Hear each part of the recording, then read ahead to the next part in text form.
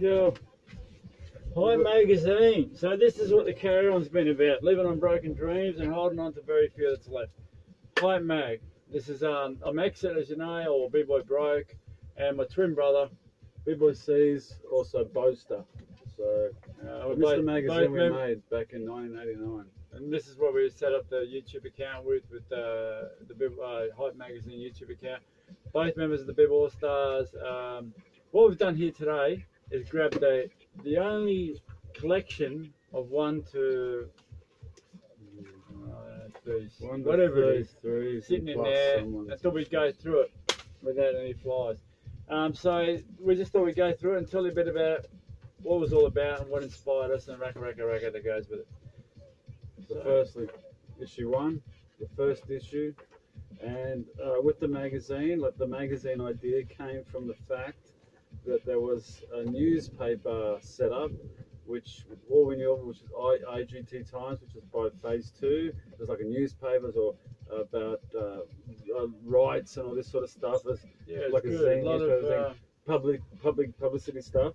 And then Vapors, what we know of at that time from Sydney, Blaze, rocked this mad zine called Blaze. King Blaze, man. Vapors. It's like a source, like the source the kids read, but all hip hop, graffiti, cut and paste. So then we had a bit of help from some family of ours, and they could see that how much we love the graffiti because we've been caught 1,000 times. So we did a graphic design course, and we came up with Hype, and so we created the name Hype. And actually, coming with the word Hype, I was sitting around drunk with Tony T and someone else, Justin Keeler, who did the Mad B-Boy covers there. Actually, Tony T said to me, "I want to call Hype," and at that stage, "Don't Believe the Hype" was a big Public Enemy.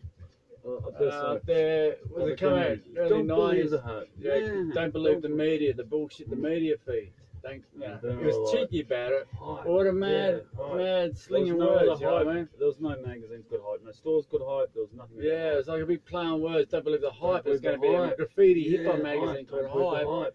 Don't believe the media, and then that's what it came about. We're lucky to have Peter Frickman, King Pete. Peter Frickman, who drew the Hype sketch, the outline, just the negative of it.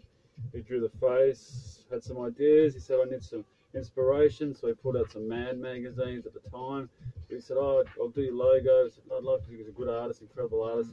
He said, you've got inspiration? I said, oh yeah, we've got some Mad magazines here. So if you there's a bit of a secret. So if you look at a little bit, you can see like the Mad magazine smile, the comic book Mad, and he made it into the most incredible B-Boy. Incredible style. I mean, this kid was renowned for his style. He founded the Bib All Stars. You can hashtag Peter Frickman. Incredible artist. Yeah, incredible B-Boy. Mad B-Boy too. Incredible artist, but wasn't big on the graffiti bombing side of things, but he was nuts on the illustrating, nuts on the B-Boy. Peter Frickman, you see more hashtag Peter Frickman. Incredible illustrator. Drew it across the coffee table and it was one day. Oh, thanks. We didn't know what we were doing. Anyway, this is it, and this was it. So the first issue of Hype was like 12, what did we say, about 12 pages in full, 24 on either side, so hang on, 1, 2, 3, 4, 5, 6, about 12. And it just celebrated what we had around us, like any photos that myself and my brother had, or we could ask the local scene. Brisbane had a great scene. We were kids from Canberra. We had no scene in Canberra. We tried our best. We did our own scene. We come out to Brisbane in '88. The people we met, it was like going to the Bronx in the '80s. We just blew it out, like the mad B-boys, the mad graph style. So we celebrated these kids that we hung with, and a lot of these kids were crime kids and doing bad stuff. And so it was all like in the movies. And so anyway, so that's how Hype started, meeting these kids, talking, and they gave us photos. Real bad kids already too, you know. Real bad kids, real silly kids. The way graffiti was back then, they were all criminal crooks, you know, Tattoo, Enimo, mixed artists, all those guys. Went to the coffee shop, continued Brisbane City. We were practicing there. It was like a hangout, sort of getting up the tangent there with my Bib All Stars and all that thing coming about. A Christian church group, and it was right in the city near Kingswell Square. And on a Friday night, they just opened the doors and had all these vacant pads that kids just come to scribble on. And I don't know why, but kids scribble on them. But mainly the All Stars, we'd connect there every Friday night and just break. We just practice with the stereo and press play. We just break. Don't worry about the girls. Don't worry about the watches or whatever. We just practice and practice and practice. So that was the meeting spot. It later turned to Thursdays at Inverpilli, still in Brisbane, with another Christian organisation, helping street kids. And that's what we were, street kids. And we connected with all these kids that have broken families and problems. It was all wild and wacky. Wild stuff. So, okay, back to Hype. So issue 2. So things by issue 2. So the world started to. What's this one? We got Peril. So we started to get kids in Melbourne, and we started to like talk about stuff that was happening in Australia with the Ice-T concert. Coming out, perform with them in Enmore Theatre. Doing head spins. There's Charlene, Spice. Queen of Australian hip hop. Yeah, it was great times. Enmore Theatre. We did some stuff together. Breaking there, Charlene, Spice, rapping there. I'd love to go to the photos. What's his name? We did the Brisbane kid. But there's some great. So this is a very. Every time we pick these things up, they're going to be like thought-provoking for us. You know what I mean? Like there's nothing else around at that stage for us. Melbourne. We did that stuff with Letraset. Look at that. We did that little heading with Letraset. A letter. We used to photocopy the photos in. Yep. Fucking flies. We're in Australia for God's sake, so that's what it goes on. There's King Pete there doing a flare. Freak out. Ooh, freak out. We're doing the headband. Thank you for those photos. Who did that? Brad sent those photos for Brad Ice-T. did? Yeah, Ice-T. Long story. Okay, Did Brad do it? Yeah, Brad did it now. Yeah. So there's us still doing headspins and practicing. Right. So just there's a bit there. So it goes through that. Still cutting. Creates conversation. People send in Australia send us stuff. Hey, Rabbies, thanks, brother. Yeah. Mecca, Amok, doing those comics. We got to remember nothing else is going around this time. Thanks, brother. You did a good job, man. So you're up there painting Bowen. Love you, brother. Nuts, man. I love you, so we started. We copied the structure of Vapors. Yeah. Because we love Vapors and we copied his layout of Blaze. We try the best. Yeah. But if you ever get to see these magazines, they change in time. They all change. They all have their own personality, and they start getting more creative. We'll go to the first 5 because we're going to do this regularly. So here we are, number 3. King Hams, another incredible artist. Like Frickman, wasn't a b-boy, but an incredible artist. Yeah. Not a bomber. King of when you talk King of Brisbane, I'm going to have to say King Pete because he was a b-boy. No, man. I'm going to say King Pete. I'm going to say. No, you want to say King? I'm going to say man, graffiti artist style. Many of them more one things. So he's going to say freak out. I'm going to say freak out. I'm going to say. There you go. Different opinions. Hands is my big thing. Anyway, so King Pete because he's. I'm going to say hands with style technician. Oh, incredible dudes, though. Incredible. So then we got more stuff coming in. We got Murder from Melbourne, Rough on that. I mean, who does that in like 80, whatever, 89, 90, whatever? I don't. Why would you do that? Yeah. Starting in photos, here we are from Delta, like Shoe Delta from Amsterdam. Yeah. And this is before the internet. No, you got to remember before the internet, the world was a little bit bigger.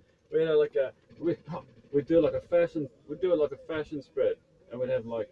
You know, some of the street kids. Black belt, you know. Yeah. Someone had a new feel. And this is before feel was in Target. Yeah. This shit was, feel people were jacked for this stuff. You know what I mean? Like, all the artists would come over in America and they'd have all their feeler on. Like, whoa, get rolled for some Chinese guy to get jacked. Yeah. I mean, this was when it was tough to get this shit. And then when people, mates about it, get doled up and that.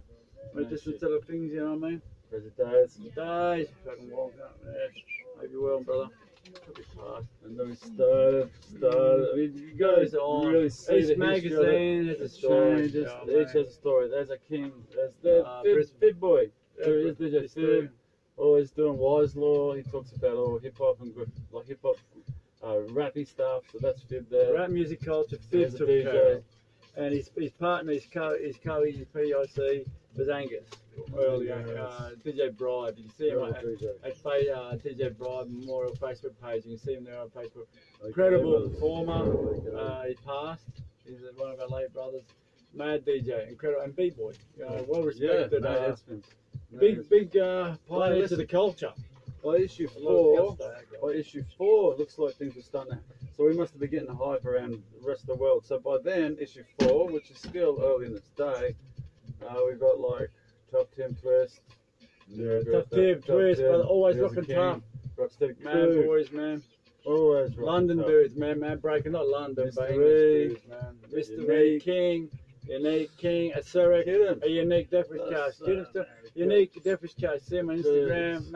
Mad people, man. Mad riders, mad contributors to the culture. Like, if you don't know your history, forget coming on board. You got to do your study before, you know what I mean, to know where it's going to go. So, and that entitles for all of us, you know what I mean? So, yeah, look at Rank the Mad Cracker. That stuff off its head. And Time Bomb Magazine, much of love to you guys, man. Adelaide Time Bomb Magazine for doing your stuff and keeping that going. That's beautiful. You guys do some weird. Bill and I would do some weird. We did some wacky little comics. The B-boys did some we still do a lot of cut and paste, sticking photocopy stuff, and the rest that goes with it. We're getting good photos now. Look, Days. Look at this. Wasn't that Bates? Bates, yeah. Mr. Bates. Bates. Man, mate. Woo!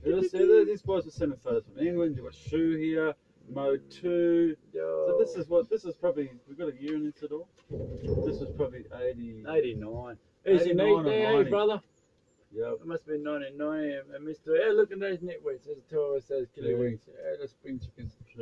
That was 89, article. And there you go, there's more of that. King Hams. Yeah, Hams, brother, man. Traffic.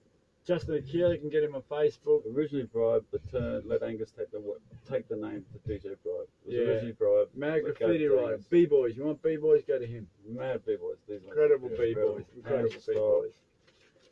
I don't know how Brisbane got their mad outlines. We used to put outlines in there just to get people jumping on board and have a community where they can talk and be part of it. We've got a few bits and pieces. Jace. Hey, brother. RDC Boys. Melbourne Kings. RDC Boys. There's this guy too. He's on internet. Shine, 21st Century, Showbiz, the boys down there in Perth. Lots of love to you boys. Always supportive, always been hit the hype. We're going to stop at issue 5, so you can start seeing how we're starting to get some. Train bombers. We're starting to get a little bit of interest from overseas. And so issue 5. It just seems it goes up and down. So issue 5, we're introduced. So it's still still got the computer. We've still got the typewriter out, typewriting this stuff. And bless her mum, like she was a bit more level-headed than us at the time, so she'd put a bit in, try and keep it a bit more sort of grounded, because we were too busy doing graffiti and breakdancing. So she was a blessing in the whole experience. So she'd put her 2-bit in, just say, hey, this is the hype, guys, da da da da. And we'd talk about it. So in this issue 5, we've got Stone Age artists from Germany. Yeah, German train we're above here with King Pike. Look at that, Pike. Yeah, we just didn't know what was going on. Also, NSA, King Pete, Freakman's always there. The pages, we're getting a little bit more organised because I think Felicity Pryor came. You can find her on Facebook or Instagram. Hams, you can find him at Milestone on Instagram. And they're doing layouts for us. Yeah, I think it was 6, but Gibbs is still involved. So we talk about these zines. We talk about these zines that were sent to us. We talk about another arsehole art. We're spinning out all these photocopy zines that come from nowhere and all around the world. And it's now turning into like an industry. Stuff like this. Graffiti was never an industry. It was nothing. It was just it was graffiti. A couple of photocopy things from Subway art, and you had breaking art. That was it. That was all. No other problems of Vegas. That was it. So there we started this thing where you got the colour book. So it's now looking like wow. Got Scum here. Chimnos, Germany, hey brother. You did some neon panels and dirt and that. Nice stuff, man. Unique. Always. Direct, cast. We don't know these guys, man. They're mad, man. Get the fuck out of here. Pike is some mad stuff, man. MSA, Swedish brothers. Sort of some rap stuff.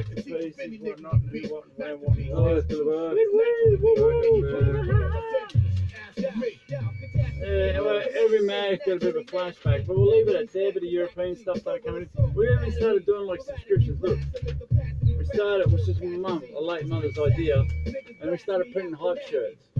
just print at home, you know what I mean? Like just you said it on the page earlier on about this silk screen hot shots, what we did. And asking people to send like a couple dollars to do like how many mags a month or whatever it was. Yeah, like a subscription. So then we do that many, and they would get a subscription, and we'd send it out to them and mail orders. Yeah, we used to go down to the post office and put them in the paper bags and press them up and send them. Start getting letters Off back. go. So that was turning into a business. You know, we didn't know what the hell was going on. I don't think anyone else did too, because it's the most organised crime that there had to be. You know what I mean? Really? Yeah. You know, we think Doing a about it. centerfold. The tribe was having a centerfold.